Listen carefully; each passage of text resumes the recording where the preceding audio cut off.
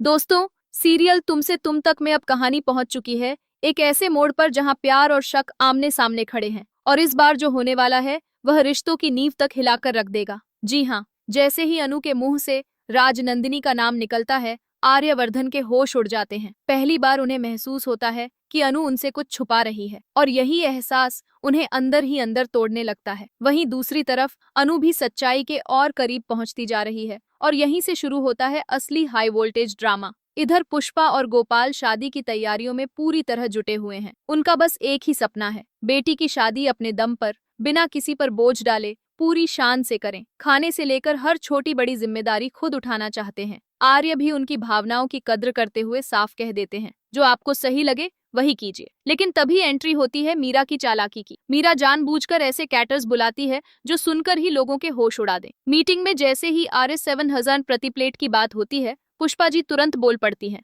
इतने में क्या सोना परोसोगे, साथ में कुकर भी फ्री दोगे क्या। ये सीन जहां थोड़ा मजेदार होता है, वहीं इसके पीछे मीरा की साजिश छुपी होती है, ताकि ये लोग डर जाएं और शादी के खर्च से पीछे हट जाएं। लेकिन जैसे ही आर्य को यह सब पता चलता है, वह गुस्से में मीरा को रोक देते हैं। साफ कह देते हैं कि कोई भी दिखावा नहीं होगा, शादी वही होगी जो सभी आराम से कर सकें। और यहीं आर्य एक बार फिर साबित कर देते हैं कि उनके लिए रिश्तों की सच्चाई सबसे ज्यादा मायने रखती है। अब बात करते हैं कहानी के सबसे बड़े ट्विस्ट की। अनु पहुंच चुकी है उस पुराने घर में जहां उसे पहले भी कुछ सुराग मिले थे। इस बार उसे मिलता है एक लेटर, लेकिन ये कोई साधारण कागज नहीं बल्कि एक लव लेटर होता है। जैसे ही अनु उसे पढ़ती है, उसकी दुनिया हिल जाती। उसमें लिखा होता है, राजनंदिनी के लिए बेइंतहा प्यार, और आखिर में साइन, तुम्हारा राजीव। बस यहीं से अनु का शक गहरा हो जाता है। वह सोचती है, राजनंदिनी तो आर्य की पत्नी थी, लेकिन ये राजीव कौन है। क्या आर्य का कोई और सच छुपा हुआ है। सवालों के इस जाल में फंसकर अनु तय करती है कि अब सच्चाई जानकर ही रहेगी। और इसी तलाश में वह पहुंच जाती है वर्धन हाउस, गायत्री माँ के पास। हिचकिचाते हुए वह उनसे पूछती है, मुझे आपसे राजनंदिनी के बारे में कुछ जानना है। जैसे ही ये नाम निकलता है,